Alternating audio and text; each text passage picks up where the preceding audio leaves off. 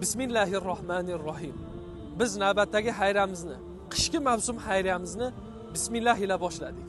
Qani, bismillah ila boshlangan hayramizning so'nggi nima bilan yakunlanadi ko'ramiz. Siz ham qadrli yurtdoshlar, bismillah ila bizni qo'llab-quvvatlang. Endilikda siz azizlar bilan qishki mavsumda ko'mir hayriyasini e'lon qilmoqchiman.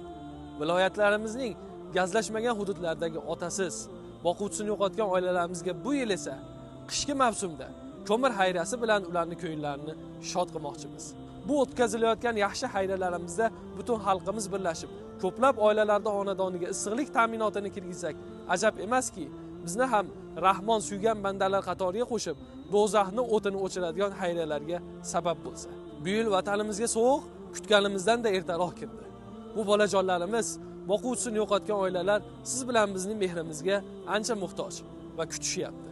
O'zingizning ehsoningiz, hayrangiz bo'lsa bee'tibor bo'lmang. 5 kilo ko'mirga bo'lsa ham ehson qiling.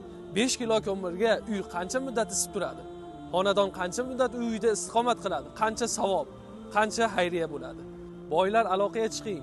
Ko'mirga ehsoni borlar bizga aloqaga chiqing va albatta o'z o'rniga yetib borishida biz siz uchun xizmat qilib beramiz.